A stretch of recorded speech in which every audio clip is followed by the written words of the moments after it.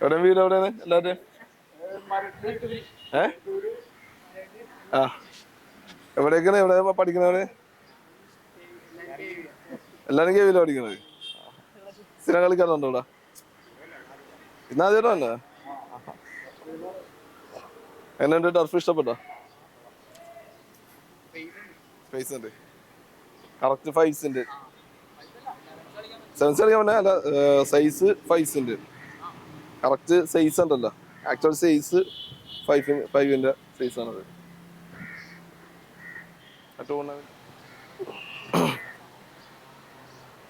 ഞങ്ങളെ വീണ്ടും ഒന്നുകൂടി കാണാൻ വേണ്ടി വന്നതാണ്. അതെ, കാരണം ഇപ്പൊ നമ്മുടെ തദ്ദേശ സ്വയംഭരണ തെരഞ്ഞെടുപ്പ് അടുക്കാറായല്ലോ. നമുക്ക് അങ്ങോട്ട് നീങ്ങിക്കാം.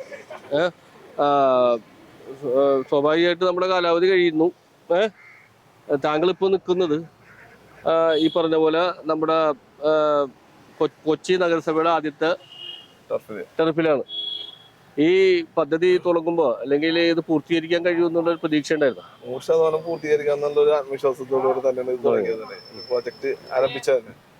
കാര്യം ഇതിന്റെ അവസ്ഥ എല്ലാവർക്കും അറിയാവുന്നല്ലോ. ഇത് എങ്ങനെ കിടന്നുവെച്ചതാണെന്നും ഇവിടെ നടന്നിരുന്നത് എന്താണെന്നും നമുക്കെല്ലാം ജനങ്ങൾക്കും താങ്കളെ പോലെയുള്ള മാധ്യമപ്രവർത്തകർക്ക് അറിയാം. കാര്യം മാധ്യമങ്ങളിലൂടെയൊക്കെ ഒരുപാട് വിമർശനങ്ങൾ ഞാൻ വന്ന കാലത്ത് നേരിട്ടിട്ടുണ്ട്. അപ്പൊ അതിനു മുമ്പുള്ളവര് പറയേണ്ട ആവശ്യമില്ല. അപ്പൊ ഇതൊരു പ്രൊജക്ട് നമ്മള് കോർപ്പറേഷനിൽ അവതരിപ്പിച്ചു. ഈ ഒരു ചെറുപ്പക്കാരനായത് കൊണ്ടിട്ടാണ് ഈ കായിക പ്രേമികൾക്ക് അല്ലെങ്കിൽ കായിക താരങ്ങളെ വളർത്തിയെടുക്കാൻ വേണ്ടിയിട്ടുള്ള സംവിധാനത്തിലേക്ക്. അത് മാത്രമല്ല, സംഭവം എന്ന് പറഞ്ഞിട്ടുണ്ടെങ്കിൽ ഇപ്പൊ പിള്ളേരൊക്കെ മൊബൈൽ, ഇപ്പൊ ഇവിടെ ഞാൻ പറഞ്ഞില്ല ആദ്യകാലങ്ങളിൽ ഇവിടെ നടന്നിരുന്ന വെച്ചത് എന്താണെന്നും യുവാക്കള് തന്നെ ഇവിടെ കൂട്ടം കൂടി എന്നിട്ട് പല രീതിയിലുള്ള അനാശാസ്യ പ്രവർത്തനങ്ങൾ നടന്നിരുന്ന വെച്ചാണ്. അപ്പൊ അതിൽ നിന്നൊക്കെ ഒരു മാറ്റം വന്ന് അപ്പൊ അവരൊക്കെ തന്നെ വന്ന് ഇവിടെ വന്നിട്ട് ഫുൾ ടൈം വന്ന് കളിക്കുന്നു. ഈ ആക്ച്വലി ഇത് തുടങ്ങുമ്പോ ഇങ്ങനൊരു പദ്ധതി ആവിഷ്കരിക്കുമ്പോ ഒരുപാട് എതിർപ്പുകൾ ബാസ്റ്റിൻ ബാബു നേരിട്ടിട്ടുണ്ടെന്ന് ഞാൻ കേട്ടിട്ടുണ്ട്. കാരണം ചിലപ്പോ ഈ മറ്റേ ലോബികളിൽ നിന്ന് തന്നെ ആയിരിക്കും എതിർപ്പുകൾ.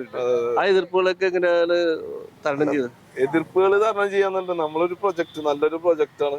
എനിക്ക് ആ ഒരു കോൺഫിഡൻസ് എനിക്കുണ്ട്. നല്ലൊരു പ്രൊജക്റ്റാണ്. ആ പ്രൊജക്ട് കൊണ്ട് അതിപ്പോ ഏത് പ്രൊജക്ട് കൊണ്ടുവരുമ്പോഴത്തേക്കും സ്വാഭാവികമായിട്ട് പല കോണുകളിൽ നിന്ന് എതിർപ്പുകൾ വരും. ആ എതിർപ്പുകൾ നമ്മള് ഞാനത് മൈൻഡ് ചെയ്യാറില്ല. എതിർപ്പുകളൊന്നും മൈൻഡ് ചെയ്യാറില്ല. ഞാനൊരു നല്ല പ്രൊജക്ട് ആണെന്നുണ്ടെങ്കിൽ ആ പ്രൊജക്ട് തീർക്കാൻ വേണ്ടിയിട്ട് ആത്മാർത്ഥമായിട്ട് ഇറങ്ങിക്കഴിഞ്ഞാൽ ആ പ്രൊജക്ട് തീരുമെന്നുള്ള വിശ്വാസം എനിക്കുണ്ട്. അതിന്റെ പേരിലാണ് ഇവിടെ ഇത്രയും പ്രൊജക്ടുകൾ നടക്കാൻ സാധിച്ചത്. കാരണം അതിന്റെ പുറകെ ഞാൻ പിടിക്കും. ഈ പ്രതിപക്ഷ നിരയിലുള്ള ഒരു കൗൺസിലറാണല്ലോ ബാസ്റ്റിൻ ബാബു. അത് സ്വാഭാവികമായിട്ട് പ്രതിപക്ഷ നിരയിലുള്ള ഞാന് സനൽമോനായിട്ടൊരു ഇന്റർവ്യൂ ഉണ്ടായിരുന്നു. സനൽമോൻ LDF പിന്തുണ കൊടുക്കുന്ന ഒരു സ്വതന്ത്രനല്ലോ. അദ്ദേഹത്തോട് ഉള്ള ഇന്റർവ്യൂവിൽ അദ്ദേഹം പറഞ്ഞിട്ടുണ്ടെങ്കിൽ ഭരണപക്ഷത്തിന് പിന്തുണ നൽകുന്ന ഒരു കൗൺസിലർ ആയതുകൊണ്ട് എനിക്ക് ഒരുപാട് കാര്യങ്ങൾ ഈ ഡിവിഷനിൽ ചെയ്യാൻ കഴിഞ്ഞു. കാരണം ഒരുപാട് വലിയ ഡിവിഷനാണ് എൻ്റെത്. കുറെ ഇൻഫ്രാസ്ട്രക്ചറായിട്ട് കുറെ കാര്യങ്ങളുള്ള ഡിവിഷനാണ്. അവിടെ ഭരണപക്ഷത്തിന്റെ കൂടെ ഒരു പിന്തുണയുള്ള കൊണ്ടിട്ടാണ് എനിക്ക്. പക്ഷെ പ്രതിപക്ഷത്തിരിക്കുന്ന ഒരു കൗൺസിലറാണ് ബാസ്റ്റിൻ ബാബു. ബാസ്റ്റിൻ ബാബുവിന് ഇതെങ്ങനെ സാധിച്ചു? അല്ല, എനിക്കങ്ങനെ ഭരണപക്ഷം പ്രതിപക്ഷം എന്നുള്ളൊരു വേർതിരിവ് എനിക്ക് കൗൺസിലിൽ തോന്നിയിട്ടില്ല.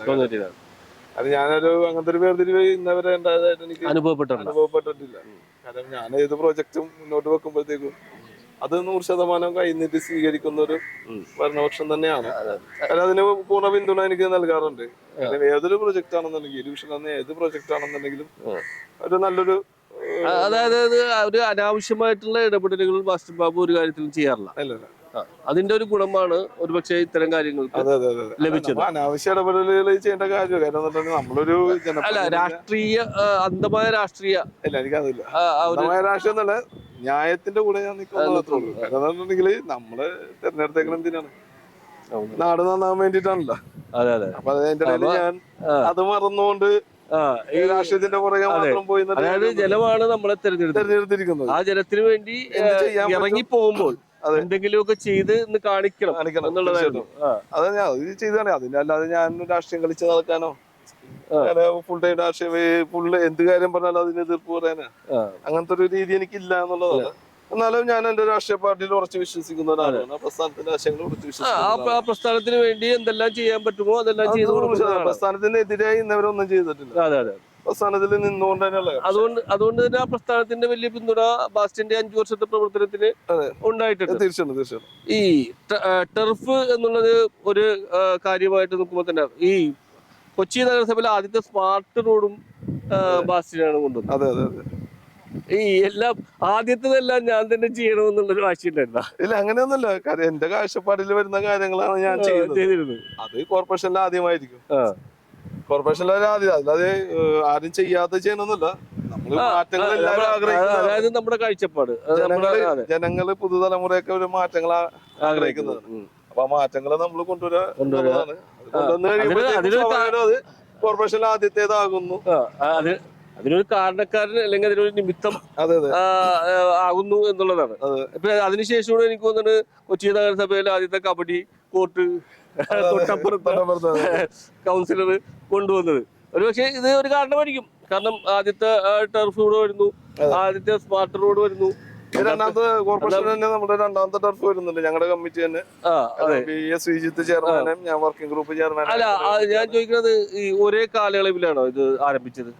ഈ രണ്ട് ടർഫും ഇതും അതും ഒരേ കാലയളവിൽ പദ്ധതി ഫണ്ട് അനുവദിച്ചത്. പക്ഷെ അത് നീണ്ടുപോയി. ഇതിന്റെ പിന്നാലെ നടന്നുകൊണ്ടിട്ട് നമുക്ക് സാധിച്ചെടുത്തു. ഇപ്പൊ ഏതാണ്ട് ഒരു വർഷം അല്ലെ? ഒരു വർഷം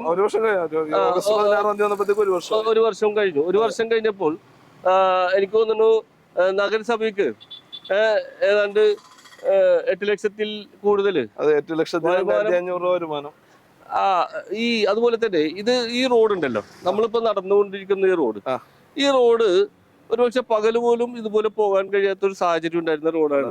കാരണം നിരവധി കണ്ടെയ്നർ ലോറികള് രണ്ട് സൈഡും വാഹനങ്ങൾ, അങ്ങനെ ഒരു നാരോ മാത്രമാണ് നമുക്ക് നടക്കാൻ കിട്ടുന്നത്. അപ്പൊ അത് മാത്രമല്ല, പേടിയാണ് ആളുകൾക്ക്, പ്രത്യേകിച്ച് സ്ത്രീകൾക്ക്, കുട്ടികൾക്ക് പോകാൻ പേടിയാണ്. ആ സമയത്താണ് ഇപ്പോൾ നമ്മളിത് വളരെ മനോഹരമായിട്ട് എന്തോ ശാന്തമായ അന്തരീക്ഷത്തിൽ നമുക്ക് ഉപയോഗിക്കാൻ കഴിയണം. ഇതും ഒരു കാഴ്ചപ്പാടിന്റെ ഭാഗമല്ല? അതെ അതെ, തീർച്ചയായിട്ടും. കാരണം മാറ്റങ്ങൾ വന്നല്ലോ. കാരണം ഇത്രയും വീതിയുള്ളൊരു റോഡ്, അത് ഒരു വിധത്തിൽ ഉപയോഗിക്കാൻ പറ്റാത്തൊരു സാഹചര്യം വന്നു കഴിയുമ്പോഴത്തേക്ക് സ്വാഭാവികമായിട്ടും അതിനൊരു മാറ്റം. ആളുകൾക്ക് ഉപയോഗിക്കും, ഇത്രയും സൗകര്യമുള്ള റോഡ് കിട്ടിട്ട് ആളുകൾക്ക് ഉപയോഗിക്കാൻ പറ്റാത്ത ഒരു സാഹചര്യം, അത് മാറ്റുക എന്നുള്ളതാണ്. അപ്പൊ അതിന് ഏറ്റവും പ്രധാനപ്പെട്ട ഒരു വില്ലനായിട്ട് വെച്ചൊരു സംഭവമാണ് ഈ ഒരു പാർക്ക്. ഈ പാർക്ക് ഏറ്റവും വില്ലനായിട്ട് വെച്ചതാണ് ഈ പാർക്ക്. പാർക്കല്ല, ഇതൊരു ഇതിന്റെ ഈ ഗേറ്റിന്റെ മുമ്പിലാണെങ്കിൽ ഒരുപാട് ആളുകൾ കൊണ്ടുവന്നിട്ട് വേസ്റ്റ് ഡംപ് ചെയ്യുന്ന ഒരു സാഹചര്യം ഉണ്ടായിരുന്നു. കാരണം ഇതിന്റെ ഉള്ളിൽ ഇങ്ങനത്തെ ഒരു പോർഷൻ ഇതേപോലെ കിടക്കുന്നത് കൊണ്ട് സ്വാഭാവികമായിട്ടും പല സ്ഥലങ്ങളിൽ ഈ റോഡിന്റെ ഏറ്റവും തുടങ്ങിയ ആറ്റം വരെ കൊണ്ടുവന്നിട്ട് റോഡ് സൈഡിൽ കംപ്ലീറ്റ് വേസ്റ്റുകൾ കൊണ്ടുവന്നിടും. അപ്പൊ ആ വേസ്റ്റുകളൊക്കെ എല്ലായിടത്തും മാറ്റി ഇങ്ങനത്തെ ഒരു സാഹചര്യം നമുക്ക് ഒരുക്കാൻ സാധിച്ചു. ഇപ്പൊ ഈ പാർക്ക് ഉണ്ടല്ലോ, ഈ പാർക്ക് ഇന്ന് ഈ ഡിവിഷനിലല്ല, സമീപ ഡിവിഷനിലെയും ഒക്കെ ഉള്ള ആളുകൾ ഉപയോഗിക്കുന്ന ഒരു പാർക്കാണ്. ഇവിടെ വി ലവ് ഡിവിഷൻ 10 എന്നുള്ള രീതിയിൽ വലിയ, ഇപ്പൊ അവിടെയാണെങ്കിലും നമ്മൾ ടെറഫിലായാലും കാണാം ഈ ഡിവിഷൻ 10 ഇങ്ങനെ കൊച്ചി നഗരസഭയുടെ ആളുകളുടെ മനസ്സിലിങ്ങനെ വരണം എന്നുള്ളതാണ് കാഴ്ചപ്പാട്. നമ്മൾ ചെയ്യണമല്ലോ. കാര്യം ചെയ്യാൻ സാധിക്കുന്നത് 5 വർഷം കൊണ്ട് ചെയ്ത് കാണിക്കണം. കാരണം ഈ ഒരു സാഹചര്യം, കാരണം ഒരു സിറ്റുവേഷൻ ഉണ്ടല്ലോ. കാരണം നമ്മൾ കേറി വന്നു കഴിഞ്ഞപ്പോഴത്തേക്കും കോവിഡ് ഒരുപാട് കൗൺസിലർമാർക്ക് ഒന്നും ചെയ്യാൻ സാധിച്ചില്ല. അപ്പൊ ആ ചെയ്യാൻ സാധിക്കാത്ത സമയത്ത് ഇതിന്റെ ബാക്ക്ഗ്രൗണ്ട് വർക്കുകൾ ഞാൻ ചെയ്തോണ്ടിരിക്കുന്നതാണ്. കാര്യം ഇതിന്റെ ഫയൽ വർക്കുകളാണെങ്കിലും ബാക്കിയുള്ള കാര്യങ്ങളൊക്കെ ഇതിന്റെ പുറകെ നിന്ന് അത് ഈ ഒരു സാഹചര്യം കഴിയുമ്പോഴത്തേക്കും ഇതെല്ലാം ഓണാവണം. ഇതിപ്പോ നഗരസഭയുടെ മാത്രമല്ലല്ലോ, ഫണ്ടല്ലല്ലോ അല്ലെ? ഇത് പാർക്ക് നഗരസഭയുടെ ഫണ്ട് ഉണ്ട്, തന്നെ മേയർ അനുവദിച്ച ഫണ്ട് ഉണ്ട്. ജിം വന്നത് എനിക്ക് ഹൈബിയുടെ അപ്പൊ അതുപോലെ തന്നെ മറ്റ് ജനപ്രതിനിധികൾ, അതായത് MP MLA ഇവരിൽ നിന്നൊക്കെ ഫണ്ട് വാങ്ങിച്ചെടുക്കാൻ വലിയ കഴിവാണെന്നാണ് പറയുന്നത്. ഇല്ല, അങ്ങനെയല്ല, കഴിവെന്നല്ല. സ്വാഭാവികമായിട്ടും നമ്മുടെ ഒരു പ്രവൃത്തി അവർക്കറിയാം, അത് ജനങ്ങൾക്ക് ഗുണകരമാകും, അവർക്ക് നല്ല ബോധ്യമുണ്ട്. കാരണം ഇവിടെ ഫണ്ട് തന്നു കഴിഞ്ഞിട്ടുണ്ടെങ്കിൽ അത് നല്ല രീതിയിൽ വിനിയോഗിക്കപ്പെടുന്നുണ്ട് എന്നുള്ളൊരു ബോധ്യം അവർക്കുള്ളത് കൊണ്ട് ഇപ്പൊ ഹൈബീഡന് ഇതുമായി തന്നു, ജിമ്മിന്റെ എക്യുപ്മെന്റ്സ് തന്നു, കരുവേൽപ്പടി ഹോസ്പിറ്റലിൽ വേണ്ട സഹായങ്ങൾ, ആംബുലൻസ്, ഹൈമാസ് ലൈറ്റ്, അങ്ങനെ വിവിധ സാധനങ്ങൾ ഹൈബീഡൻ തന്നു. ഇതിന്റെ എല്ലാത്തിന്റെ ഇപ്പൊ ഈ ഒരു വർക്ക് കോർപ്പറേഷന്റെ വർക്കുകളാണ് കംപ്ലീറ്റ്. അപ്പൊ മേയറിന് അതിൽ വ്യക്തമായ പങ്ക് മേയറിന്റെ ഒരു പിന്തുണ എല്ലാ കാര്യങ്ങളും. കാര്യം ഇന്നലെ പോലും ഞാനൊരു ഫയലുമായിട്ട് ബന്ധപ്പെട്ട് മേയറിനെ വിളിച്ചു കഴിഞ്ഞപ്പോ മേയർ ഇങ്ങനെ ഒരു വർത്താനം ഉണ്ടല്ലോ, മേയർ പിന്നെ ബാസ്റ്റിന് ഒരു ഫണ്ട് ആവശ്യപ്പെട്ടാൽ പെട്ടെന്ന് പാസ്സാക്കുന്നത്. അല്ല അങ്ങനെയല്ല, ബാസ്റ്റിന് ഫണ്ട് ആവശ്യം മേയർ ആര് ഫണ്ട് ആവശ്യപ്പെട്ടാലും പെട്ടെന്ന് പാസ്സാക്കുന്നത്. അങ്ങനെ ബാസ്റ്റിൽ നിന്ന് അങ്ങനെ അല്ല ഞാൻ പറഞ്ഞത് നേരത്തെ പറഞ്ഞ കാഴ്ചപ്പാടിന്റെ ഭാഗമായിട്ടാണ്. കാരണം ഒരു പദ്ധതി ആവിഷ്കരിക്കുന്നത് അത് ആർക്ക് ഗുണമുണ്ടാവും അല്ലെങ്കിൽ ജനങ്ങൾക്ക് ഗുണമുണ്ടാവും എന്നുള്ളൊരു വ്യക്തമായ കാഴ്ചപ്പാടുള്ള ജനപ്രതിനിധി എന്ന നിലയിലാണ് കാണുന്നത് എന്നാണ് ഞാൻ ഉദ്ദേശിച്ചത്. അതെ പുള്ളി അറിയാം കാര്യം കാര്യങ്ങൾ നടക്കുന്ന ഒരു ഡിവിഷൻ ആണെന്ന് അറിയാവുന്നതുകൊണ്ട് തന്നെ. പിന്നെ ഫണ്ടിന്റെ കാര്യത്തിൽ അദ്ദേഹം വികസനത്തിന് അദ്ദേഹം ഒരു ഇതിരുമില്ല. കാര്യം അദ്ദേഹം ആരും ഫണ്ട് നല്ല പദ്ധതിക്ക് ഫണ്ട് ചോദിച്ചാലും ഇപ്പൊ ഇവിടെ നമ്മൾ കഴിഞ്ഞ പുതുവത്സരാഘോഷവുമായി ബന്ധപ്പെട്ടാണല്ലോ നമ്മള് ഇവിടെ ഒരു വലിയ കൂട്ടായ്മ സംഘടിപ്പിച്ചത്. പക്ഷെ ഇത്തിരി വിവാദമൊക്കെ ആയി. എങ്കിലും അതിനൊക്കെ വിവാദങ്ങൾ അത് പറയുന്ന ടീം ഇങ്ങനെ പറയും. പക്ഷെ അതിൽ കൂടുതൽ ആൾക്കാര് അല്ല ഞാൻ പറഞ്ഞത് വിവാദം എന്നുള്ളത് ബാസ്റ്റിൻ വെച്ച പപ്പാനിയുമായി ബന്ധപ്പെട്ടുള്ള ഒരു വിവാദം വന്നു. പക്ഷെ അതിനൊക്കെ വലിയ രീതിയിൽ തരണം ചെയ്ത് ബാസ്റ്റിന് പോകാൻ കഴിഞ്ഞു. വലിയ ഇടക്കാണ് ബാസ്റ്റിന് ഈ കഴിഞ്ഞ 5 കൊല്ലം ബാസ്റ്റിൻ ഒരുപാട് അനുഭവിച്ചിട്ടുണ്ട് പലതുമായി ബന്ധപ്പെട്ട്. അപ്പൊ ആ ഒരു വലിയ പരിപാടി എന്നല്ല അത്.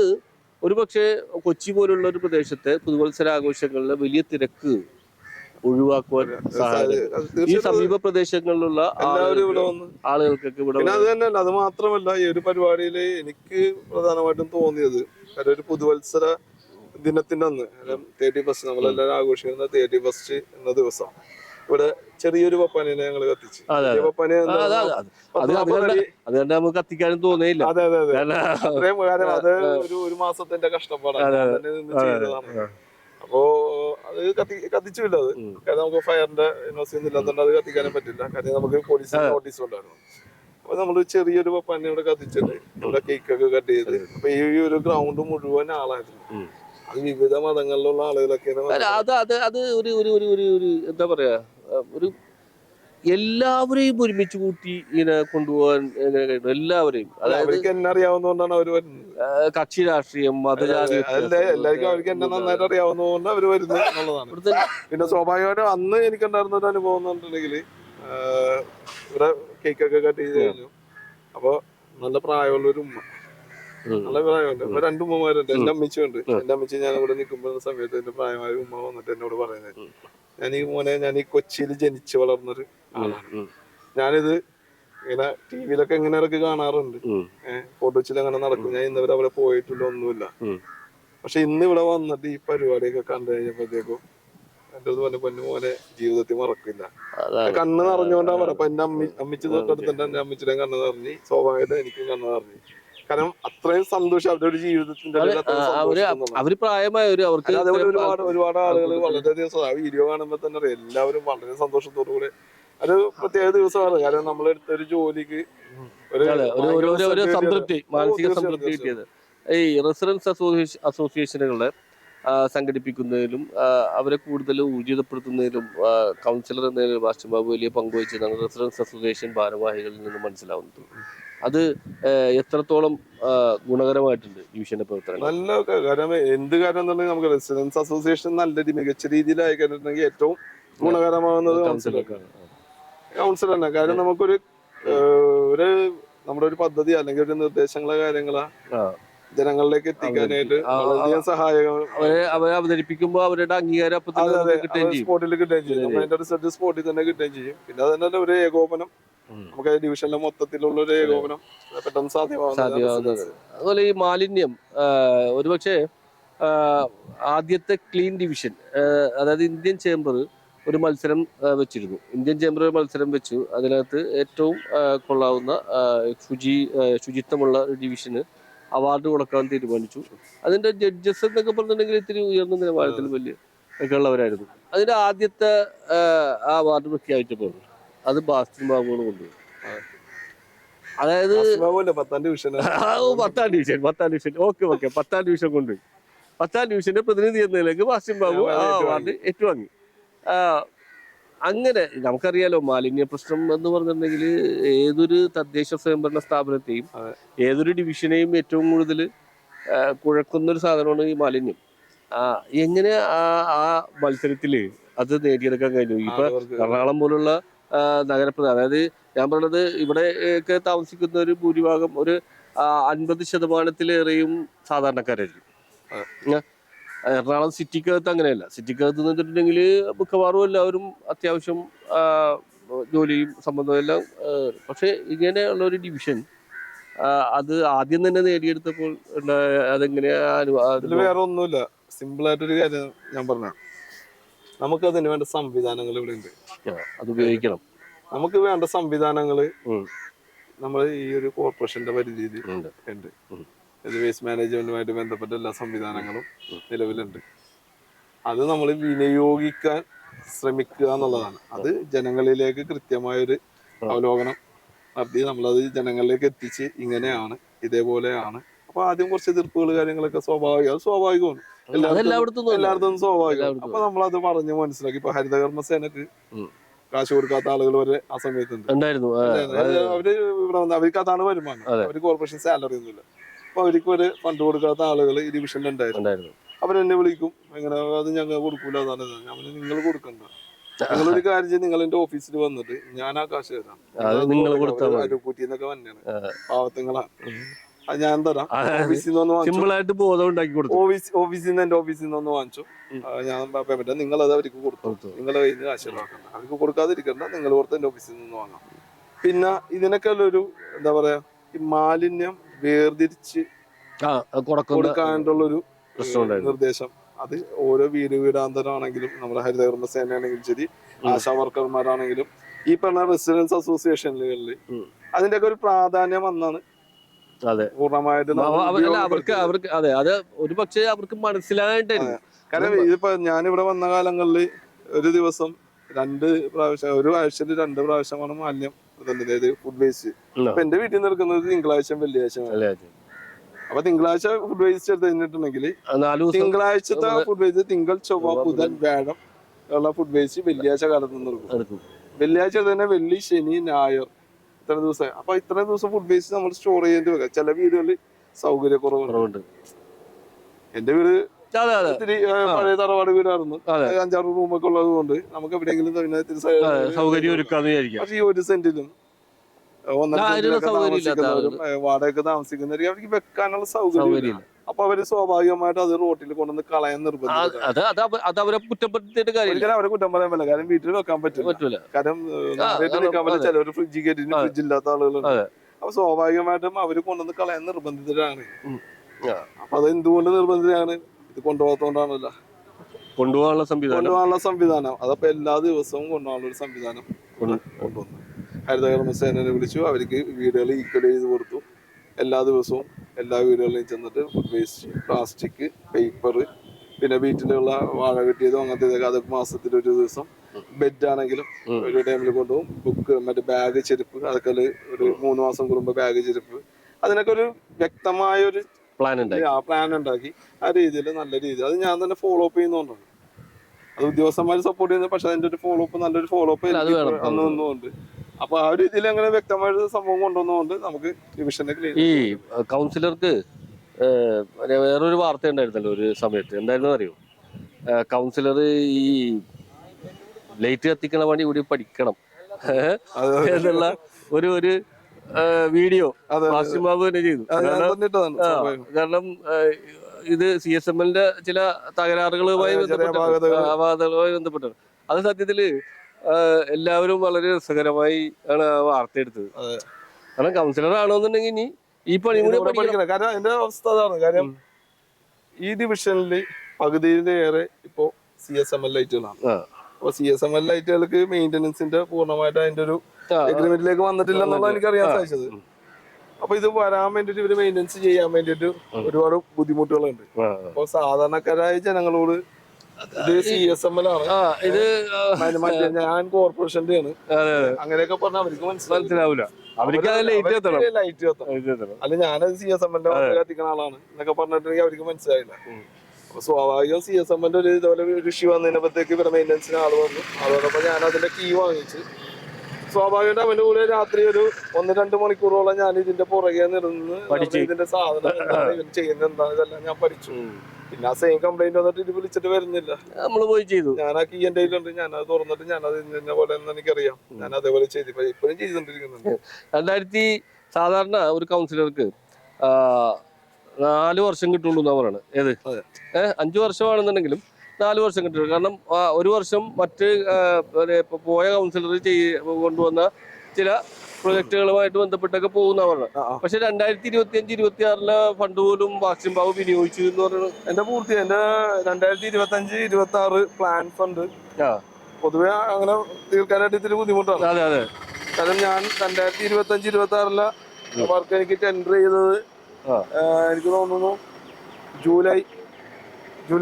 ജൂലൈ അവസാനമാണ് ടെൻഡർ നടപടി കഴിഞ്ഞത്. ഇന്നിപ്പോ 30-ാം തീയതിയാണ്, ഓഗസ്റ്റ് 30-ാം തീയതിയാണ് എന്റെ വർക്ക് പൂർത്തിയായി. സെപ്റ്റംബർ 30, ഒക്ടോബർ 10-ാം തീയതി വർക്കിന്റെ ഉദ്ഘാടനം. ഡിവിഷനിലെ ഏറ്റവും വലിയ റോഡാണ്. അപ്പൊ ഇനി വരുന്ന കൗൺസിലർക്ക് ഇനി പുതിയ പ്രൊജക്ട് വെച്ചിട്ട് വേണം പറയാൻ. അതെ അതെ. എന്റെ വർക്കെല്ലാം ഫുൾ ഫിനിഷ് ചെയ്ത് അതൊരു കഴിവാണ്. കാരണം എന്താ വെച്ചിട്ടുണ്ടെങ്കിൽ പിന്നെ അത് തന്നെയല്ല, എനിക്ക് പൂർണ്ണമായിട്ടും ഒരു ഡിവിഷന്റെ ഫുൾ കൺസ്ട്രക്ഷൻ അതായത് തീർക്കാനായിട്ട് സാധിച്ചിട്ടില്ല. ഇത് ബാഡ്മിന്റൺ കോർട്ടല്ലേ? ബാഡ്മിന്റൺ കോർട്ടാണ്. ഇത് നഗരസഭയുടെ പ്രൊജക്ട് തന്നെയല്ലായിരുന്നു? ഇത് നഗരസഭ പ്രൊജക്ടിലായിരുന്നു. ഇതിന്റെ പൂർത്തീകരണം എങ്ങനെയായിരുന്നു? ഇതിന്റെ പൂർത്തീകരണം എന്നുണ്ടെങ്കിൽ ഇതിപ്പോ ഷെഡ് മാത്രമാണ് ആദ്യം ഉണ്ടായിരുന്നത്. കാരണം മൊത്തം പൊട്ടിപ്പൊളിഞ്ഞ് ഇങ്ങനത്തെ ഒരു അവസ്ഥയിലായിരുന്നു. അതൊന്നും ചെയ്യാൻ പറ്റാത്ത ഒരു സാഹചര്യമായിരുന്നു. അപ്പൊ ഇവിടെ നിലവിൽ പണ്ട് ഇവിടെ ചെറുപ്പക്കാർ വന്ന് കളിക്കുന്നു. അപ്പൊ മണ്ണും കാര്യങ്ങളൊക്കെയാണ്. അപ്പൊ അതിൽ പ്രോപ്പറായിട്ട് കളിക്കാൻ പറ്റില്ല. കായിക പ്രേമികളുടെ ഒരു പർദീസാണ് 10ാം ഡിവിഷൻ. അതെ തീർച്ചയായിട്ടും. അത് മാത്രമല്ല ഇപ്പൊ ബാഡ്മിന്റൺ സിന്തറ്റിക് ബാഡ്മിന്റൺ ആണ്. ഒരുപാട് ആളുകൾ വന്ന് ഉപയോഗിക്കുന്നുണ്ട്. നിരവധി ആളുകൾ വന്ന് ഉപയോഗിക്കുന്നുണ്ട്. ഇതിന്റെ സമയക്രമം എങ്ങനെയായിരുന്നു? ഇതേപോലെ തന്നെ ടർഫിന്റെ പോലെ തന്നെ 5 മണി മുതൽ രാത്രി 11 പരിപാലനം അതുകൊണ്ട് അതൊരു വലിയ ഗുണമാണ് സിഐടിനെ കൊണ്ട്. ഈ കൗൺസിലർ പിന്നെ ആകുന്ന സമയത്ത്, കൗൺസിലർ മത്സരിക്കുന്ന സമയത്ത് പലരും എനിക്ക് തോന്നുന്നു ബാസ്റ്റിൻ, ഞാൻ ഈ ചോദ്യം ഒരു തവണ ചോദിച്ചതാണ്, ബാസ്റ്റിന്റെ പാർട്ടി പോലും പ്രതീക്ഷിച്ചിട്ടുള്ള ബാസ്റ്റിൻ ഒരു കൗൺസിലർ ആവുന്നു. വെറുതെ സന്തോഷിപ്പിക്കുക, മത്സരിക്കട്ടെ എന്നുള്ള രീതിയിൽ ആണ് ഈ ഡിവിഷൻ അനുവദിച്ചിരുന്നത്. പക്ഷെ എല്ലാവരെയും നെട്ടിച്ചുകൊണ്ട് ബാസ്റ്റിൻ ജയിച്ചു വന്നു. ആ ഒരു എന്താ, അതായത് ഇടതുപക്ഷ മുന്നണിയുടെ ഒരു കുത്തക സീറ്റ് എന്നുള്ള രീതിയിൽ എല്ലാവരും വിലയിരുത്തിയ ഒരു ഡിവിഷനാണത്. കാരണം അതൊന്നും നടക്കൂലെന്ന്, അവരുടെ ഭയങ്കര വോട്ടുള്ള സ്ഥലമെന്ന്. പക്ഷെ എങ്ങനെയാണ് അതൊന്ന് ഒരു അട്ടിമറി വിജയം എന്ന്, അത് അട്ടിമറി വിജയമല്ല, ആസൂത്രിത വിജയം. അതാണ് അതിന്റെ യാഥാർത്ഥ്യം. അട്ടിമറി വിജയം വേറെയാണ്. അട്ടിമറി വിജയം എതിർത്ത മറ്റേ റിബലും മറ്റു കാര്യങ്ങളൊക്കെ വരുമ്പോൾ അട്ടിമറി. പക്ഷെ ഇത് ആസൂത്രിത വിജയമായിരുന്നു. എങ്ങനെ ഇത് ഒപ്പിച്ചെടുത്തു? ഞാൻ ഈ ഡിവിഷനിൽ ജനിച്ചു വളർന്നാണ്. ഡിവിഷന്റെ മുക്കും മൂലയും ഇവരുടെ ആളുകളെല്ലാം വളരെ ജനിച്ചു വളർന്നെന്ന് പറയുമ്പോൾ തന്നെ അറിയാം. ഇത്രയും കാലഘട്ടത്തില് എല്ലാരും ആയിട്ട് നല്ലൊരു ബന്ധം. അതില് ഞാൻ പറഞ്ഞ പോലെ തന്നെ അതിലൊരു പൊളിറ്റിക്സ് കാര്യങ്ങളൊന്നും ആരും കണ്ടിട്ടില്ല. അപ്പൊ അതായത് ബാസ്റ്റിന് ഒരു രാഷ്ട്രീയക്കാരനായിട്ട് ജനം കണ്ടില്ല. ഇല്ലല്ല, തീർച്ചയായിട്ടും. പക്ഷെ ഒരു പൊതുപ്രവർത്തകനായിട്ട് കണ്ടു. അവിടെയാണ് അതിന്റെ വ്യത്യാസം. പൊതുപ്രവർത്തകനും രാഷ്ട്രീയ പ്രവർത്തകനും തമ്മിൽ വ്യത്യാസമുണ്ട്. രാഷ്ട്രീയ പ്രവർത്തകൻ എന്ന് പറയുമ്പോൾ ഞാൻ പക്കാ രാഷ്ട്രീയ പ്രവർത്തകനായിട്ട് രാഷ്ട്രീയമായിട്ട് മാത്രമേ സംസാരിക്കുള്ളൂ.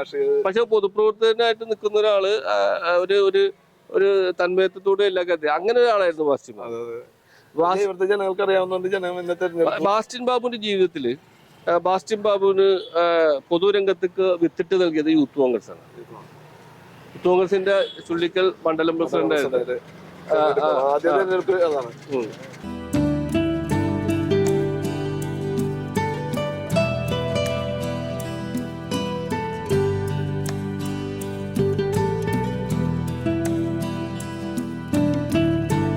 ഒരു സിന്തറ്റിക് കോട്ടാനിൽ ഉണ്ടാക്കി വെച്ചിരിക്കുന്നത്.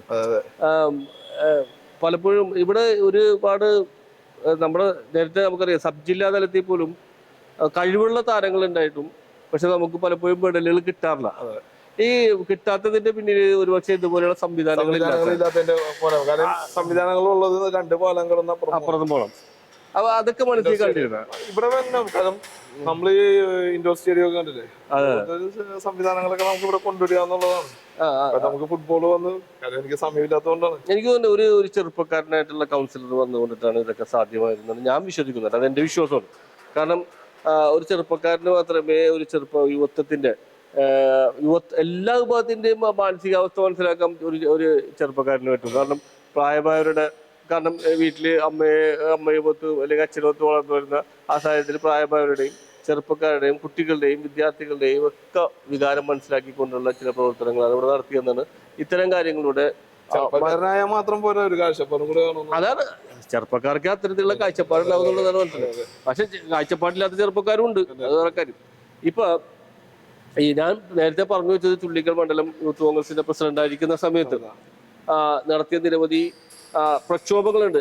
മാസ്റ്റർ ശരിക്കും ഒരു പ്രക്ഷോഭകാരി കൂടിയാണ്. അതായത് സമരം ചെയ്യേണ്ടടുത്ത് സമരം ചെയ്യും, അല്ലാത്തടത്ത് അത് ആ രീതിയിൽ നിൽക്കുന്ന ഒരു പക്ഷെ ഇടക്കാലം വെച്ചിട്ട് കൗൺസിലർ ആയതിനു ശേഷം ആ പ്രക്ഷോഭകാരിയെ തൽക്കാലം നീക്കി വെച്ച് അല്ലെ, മാറ്റി വെച്ചിരിക്കുകയാണ്. ഇത് കഴിഞ്ഞ പ്രക്ഷോഭകാരി തിരിച്ചു വരും. അങ്ങനെയല്ല, ഞാൻ അങ്ങനെ വലിയ പ്രക്ഷോഭങ്ങളിലൊക്കെ കാര്യമായ കാര്യം ഇപ്പൊ സ്ഥലമൊക്കെ അറിയാലോ. ഞാനത് എന്താ പറയാ, എനിക്ക് നല്ലതെന്ന് തോന്നിയാൽ മാത്രമേ ഞാനത്. അല്ല, എന്റെ അനുഭവത്തിൽ ഞാൻ ഇപ്പോഴും എന്റെ കണ്ണിലിരിക്കുന്ന ഒരു സമരമുണ്ട് ബാസ്റ്റിന്റെ. ഏതാന്ന് വെച്ചിട്ടുണ്ടെങ്കിൽ CBSE സ്കൂളില് അംഗീകാരം നഷ്ടപ്പെട്ടതുമായി ബന്ധപ്പെട്ട് നടത്തിയ ഒരു സമരം. ആ സമരത്തില് അന്നത്തെ പത്രങ്ങളിലെ പ്രധാന തലക്കെട്ടും പ്രധാന ഫോട്ടോയും ബാസ്റ്റിൻ എന്ന് പറയുന്ന യൂത്ത് കോൺഗ്രസിന്റെ നേതാവ് അടികൊണ്ട് കിടക്കുന്ന അതായിരുന്നു. അപ്പൊ അത്തരം അത് അന്ന് ബാസ്റ്റിൻ പറഞ്ഞു. കാരണം ഇത് കുട്ടികളുടെ ഒരു കൂട്ടം കുട്ടികളുടെ ഭാവിയെ ഒരു സ്കൂള് ലാസ്റ്റ് സമയത്ത് അവരുടെ ഉത്തരവാദിത്തത്തിൽ നിന്ന് ഒഴിഞ്ഞു മാറുന്ന ഒരു സംവിധാനം. മാതാപിതാക്കൾ ഉൾപ്പെടെയുള്ള ആളുകള് കുട്ടികൾ ആ ഒരു സമയത്ത് എക്സാം പോലും എഴുതാൻ പറ്റാത്ത സാഹചര്യം. കാരണം ഒരു വർഷം ഇവര് ലാസ്റ്റ് ചെയ്ത് 10ാം ക്ലാസ്. അപ്പൊ അതൊരു കാര്യം ഈ സ്കൂളിനൊരു ഉത്തരവാദിത്തമില്ലാത്ത ഒരു രീതിയിലേക്ക് വന്നപ്പോഴത്തേക്കാണ് അത് ജനുവിൻ കേസാണ്. പക്ഷെ അതിനകത്ത് പരിഹാരം അവസാനം ഉണ്ടാവുകയും ചെയ്തു. ഈ കായികം മാത്രമല്ലല്ലോ ബാസ്റ്റിന്റെ ഒരു താല്പര്യം, അത് കലയുണ്ട്. അത് പാട്ട് പാടുന്നു, വേദികളിലൊന്നും പാടിയല്ല, പാടും അല്ലെ. നമ്മുടെ സുഹൃത്തുക്കളുമായി ചേർന്നിരിക്കുമ്പോൾ അത്രേ ഉള്ളൂ. എന്നാലും ഈണം വിടും 2-3 വരികളൊക്കെ. അപ്പൊ ആ ഒരു സാധനം മനസ്സിലുള്ളത് കൊണ്ടിട്ടാണ് ഈ കലയെ പ്രോത്സാഹിപ്പിക്കാൻ തീരുമാനിച്ചത്. ഇത് കലയെ പ്രോത്സാഹിപ്പിക്കുന്നില്ല. കാര്യം ഈ കാണുന്ന ബിൽഡിങ്ങിന്റെ ടോപ്പ് സൈഡ് അതേപോലെ നമ്മളൊരു ഹോള് പോലെ ചെയ്തേക്കുന്നുണ്ട്. ആ ഒരു ഹോള് പോലെ ചെയ്തേക്കുന്ന സ്ഥലത്ത് നമുക്ക് ഇവിടെ കരാട്ടെ ഉണ്ട്. കരാട്ടെ അപ്പൊ കരാട്ടെ സ്റ്റാർട്ട് ചെയ്തിട്ട് ഇവിടുത്തെ മലേഷ്യയിൽ നിന്ന് അങ്ങനെയൊക്കെ ഒരുപാട് ആയോധനകലയും പഠിപ്പിക്കും. അതെ, ചാമ്പ്യന്മാര് വന്ന് ഇവിടെ വന്ന് ട്രെയിൻ ചെയ്തിട്ടൊക്കെ പോയിട്ടുണ്ട്. മലേഷ്യയിൽ നിന്ന് വിവിധ സ്ഥലങ്ങളിൽ നിന്ന് ചാമ്പ്യന്മാർ വന്ന് ഇവിടെ ട്രെയിൻ ചെയ്തിട്ടുണ്ട്. പിന്നെ അതുപോലെ തന്നെ അത് ബിനോയ് എന്നുള്ളൊരു മാസ്റ്ററാണ് ചെയ്യുന്നത്. പിന്നെ കളരി, അത് ഉബൈദ് ഗുരുക്കളാണ് കളരി കൈകാര്യം ചെയ്യുന്നത്. കളരി പഠിപ്പിക്കുന്നുണ്ട്. പിന്നെ ശ്രീകുമാർ തന്നെ ആർട്ട് ക്ലാസ് ചെയ്യുന്നുണ്ട്. അപ്പൊ അത് എല്ലാരും വളരെ നല്ല രീതിയിൽ യോഗ ആരംഭിക്കുന്നത്. 10ാം തീയതി മുതൽ യോഗ ആരംഭിക്കുന്നുണ്ട്. പിന്നെ ക്ലാസിക് മ്യൂസിക് ഉണ്ട്, പിന്നെ ക്ലാസിക്കൽ ഡാൻസ് ഉണ്ട്. അതാണ് ഞാൻ പറഞ്ഞത്, എല്ലാ സകലകല അല്ലെ. അപ്പൊ അത് നമ്മൾ വേറെ ഒന്നല്ല, നമ്മുടെ ഡിവിഷനിൽ ഉള്ള ആളുകൾക്ക് അതെല്ലാം വേണം.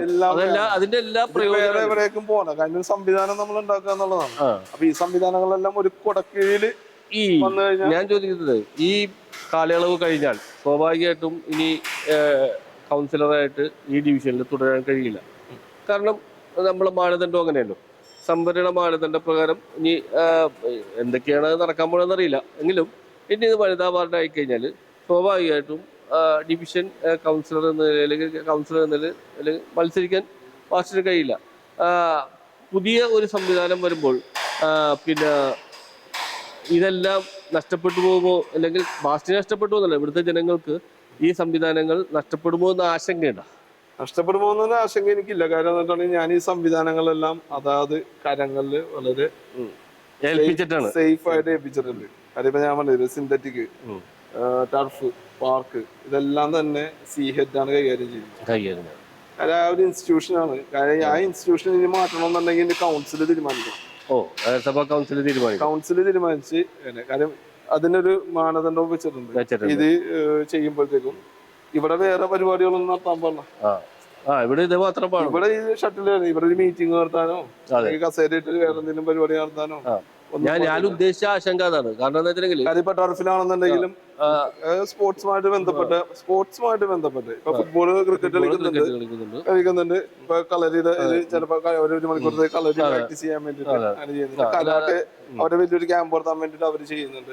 അപ്പൊ അത് സ്പോർട്സുമായിട്ട് ബന്ധപ്പെട്ടത് മാത്രം, അല്ലാതെ വേറൊരു പരിപാടി നടത്താനായിട്ടാ അങ്ങനത്തെ അപ്പൊ ആ ആശങ്ക ഇല്ല. എല്ലാം പക്ക ആക്കിയിട്ടാണ് പരിപാടി നടത്താം. അങ്ങനത്തെ പരിപാടി നമുക്ക് ഇവിടെ പാർക്കില് കലാപരിപാടി അവിടെ നടത്താം, മീറ്റിംഗ് നടത്താം, അവിടെ ഗാനമേള നടക്കുന്നുണ്ട്, ഗാനമേളയൊക്കെ നടത്താറുണ്ട്. അപ്പൊ അതിന്റെ എല്ലാത്തിനും ഒരു സംവിധാനം ഒരുക്കി വെച്ചിട്ടുണ്ട്. അത് പൂർണ്ണമായിട്ട് നല്ല രീതിയിൽ തന്നെ. എപ്പോഴെങ്കിലും ഈ 5 വർഷ കാലയളവിൽ എപ്പോഴെങ്കിലും മനസ്സിനെ വല്ലാതെ വേദനിപ്പിച്ച കാര്യമുണ്ട്? വേദനിപ്പിച്ച കാര്യങ്ങളൊക്കെ ഉണ്ട്. അല്ല, വല്ലാതെ വേദനിപ്പിക്കില്ല.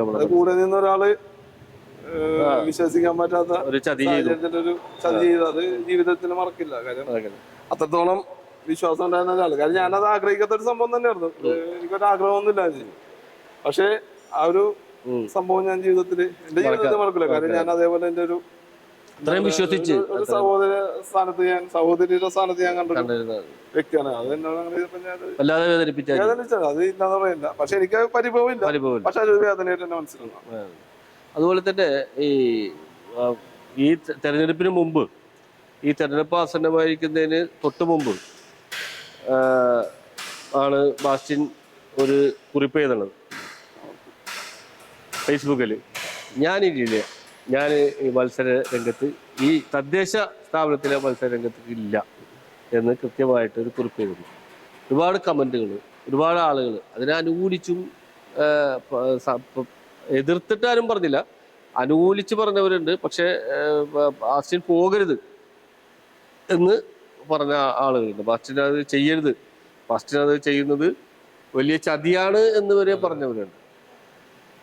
ഇങ്ങനെ ഒരു എന്താണ് അങ്ങനെ ഒരു കാരണം ബാസ്റ്റിനെ സംബന്ധിച്ചിടത്തോളം ബാസ്റ്റിന്റെ പാർട്ടി ബാസ്റ്റിനെ മത്സരരംഗത്ത് നിന്ന് വിലക്കേറ്റില്ല.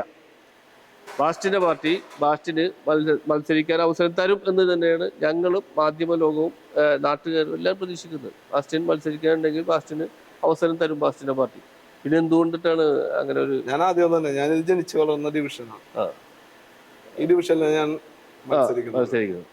അപ്പൊ ഈ ഡിവിഷനിൽ തന്നെ മത്സരിക്കും പല സീറ്റുകളും വെച്ച് നീട്ടിയതാണ്. അതൊരു വേറൊരു സംവിധാനത്തിന്റെ ഭാഗമായിട്ട് നമുക്ക് അവകാശപ്പെട്ട സീറ്റുകൾ എന്നൊക്കെ ഉള്ള രീതിയിൽ ഞാൻ എപ്പോഴും ഞാൻ വേണ്ട ഈ സീറ്റ്, അപ്പൊ ഈ സീറ്റ് തരുള്ളൂ എന്നുള്ളൊരു ധാരണ മതി. ഞാൻ തല്ലി പിടിച്ചൊന്നും നമുക്ക് വേണ്ട, ഈ സീറ്റ് മതി. ഞാൻ ഈ സീറ്റിൽ മത്സരിച്ച് ജയിച്ചു. അപ്പൊ സ്വാഭാവികമായിട്ടും ഞാൻ ഇനി ഇത് വനിതാ സംവരണം, ഞാൻ ഇനി പോകുന്നത് മറ്റൊരു ഡിവിഷനിലേക്കാണ്. അപ്പൊ ആ ഡിവിഷനിൽ വളരെ നാളുകളായിട്ട് പാർട്ടി പ്രവർത്തനം തുടങ്ങിയ കാലം മുതൽ ഒരു പാർലമെന്റ് രംഗത്തേക്ക് വരാൻ വേണ്ടിയിട്ടും ആഗ്രഹിക്കുന്ന ചെറുപ്പക്കാര് ഉണ്ട്. പ്രായമുള്ളവരല്ല, അവരുടെ വിഷമം ചെറുപ്പക്കാരുണ്ട്. അവിടെ ഡിവിഷനിൽ ജനിച്ചു വളർന്ന ചെറുപ്പക്കാരുണ്ട്. അവർക്കത് അവർക്കൊരു അവസരം നഷ്ടപ്പെടാൻ 100%. ഞാനിപ്പോ അവിടെ ചെന്ന് കഴിഞ്ഞിട്ടുണ്ടെങ്കിൽ എനിക്ക് പാർട്ടി സീറ്റ് വരും കൺഫേം ആയി. അതിന്റെ അല്ല, അവരൊരു അവസരം പോണേ. അങ്ങനെ ചെറുപ്പക്കാർ ഇപ്പൊ പറഞ്ഞല്ലോ, ചെറുപ്പക്കാർ വന്നതുകൊണ്ടാണ് ഈ മാറ്റം സംഭവിച്ചത്. അത് മറ്റുള്ള ഡിവിഷനിലും കിട്ടും. പക്ഷെ ജനം പറയുന്നത് അതല്ല. ഇപ്പൊ ഈ 10ാം ഡിവിഷന് കിട്ടിയത് എന്തുകൊണ്ട് ഞങ്ങൾക്ക് കിട്ടിക്കൂടാ എന്നുള്ളത്. അങ്ങനെയല്ല, ഞാൻ പറഞ്ഞില്ലേ, ഞാനല്ലല്ലോ അവസാന വാക്ക്. അതെ, അത് എന്നേലും കഴിവുള്ള ആളുകളൊക്കെ ഇഷ്ടപ്പെടും. ഞാനൊരു കഴിവുള്ള ആളായിട്ട് എനിക്ക് തോന്നിയിട്ടില്ല. അവരുടെ അങ്ങനെ വന്ന അവരോടൊപ്പം ബാസ്റ്റിൻ എന്ന് പറയുന്ന വ്യക്തി ഉണ്ടാവും. പിന്നെ തീർച്ചയായിട്ടും നിർദ്ദേശങ്ങൾ നമ്മളെ കൊണ്ട് പറ്റുന്ന അതിന് വിരുദ്ധമായി സംഭവിച്ചാൽ അതായത് ബാസ്റ്റിന്റെ ആഗ്രഹത്തിന്, ബാസ്റ്റിന്റെ സ്വപ്നത്തിന് വിരുദ്ധമായിട്ട് സംഭവിച്ചാൽ ഞാനത് എന്റെ ഒരു നിലപാട് ഞാൻ അറിയിച്ചിട്ടുണ്ട്. പിന്നെ ജനങ്ങളല്ലേ തീരുമാനിക്കുന്നത്. അപ്പൊ എന്തായാലും ഒരു നിലപാട് എന്താണെന്നുള്ള ജനങ്ങൾക്ക് അറിയാം. ബാക്കി തീരുമാനിക്കുന്നത് ജനങ്ങളാണ്. ആ നിലപാടിന് വിരുദ്ധമായിട്ട് ഇവിടെ എന്തെങ്കിലും സംഭവിച്ചു കഴിഞ്ഞിട്ടുണ്ടെങ്കിൽ ബാക്കി തീരുമാനിക്കുന്നത് ഇവിടുത്തെ ജനങ്ങളാണ്. സാധാരണക്കാരായ ഒരുപാട് ജനങ്ങളിലാണ് ബാസ്റ്റിന്റെ പിന്നീടുള്ള വിശ്വാസം. ജനങ്ങളിലല്ലേ വിശ്വാസം. ഇപ്പോൾ പാർട്ടിയിൽ വിശ്വാസമുണ്ട്. അതിന് വിരുദ്ധമായാൽ ജനങ്ങൾ അത് കൈകാര്യം ചെയ്യും എന്നുള്ളതാണ് 100%. കാരണം അതിലൊരു സംശയമാണ്. അത് ജനങ്ങള് ആഗ്രഹിക്കുന്നത് അതാണ്. അതിലൊരു സംശയം എനിക്കൊരു സംശയമില്ല. അപ്പൊ പാർട്ടി ആയാലും നല്ല രീതിയിൽ ചെയ്യാന്നുള്ള കുറച്ച് വിശ്വാസം എനിക്കുണ്ട്. ഉണ്ട്. ഒരിക്കലും ആ ഒരു ഇതിലേക്ക് മുൻകാലങ്ങളിലെ ഒരു പോലത്തെ ഒരു പ്രവർത്തനം നല്ല ഇപ്പൊ നേതൃത്വം ഈ വേറൊരു കാര്യം ഇതിന്റെ ഇടയിലൊന്ന് ചോദിച്ചോട്ടെ.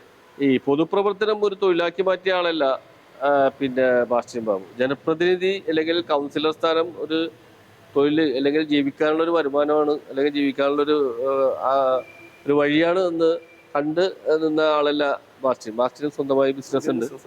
ആ ബിസിനസ്സിന് വേണ്ടി അഹോരാത്രം പണിയെടുക്കുന്നുണ്ട്. അവിടെയാണ് ഈ 5 വർഷവും അതിനുവേണ്ടി തന്നെ ഇതിന്റെ ഇടയിൽ സമയം കണ്ടെത്തി ആ ബിസിനസ് മുന്നോട്ട് കൊണ്ടുപോകാൻ ശ്രമിക്കുന്നുണ്ട്.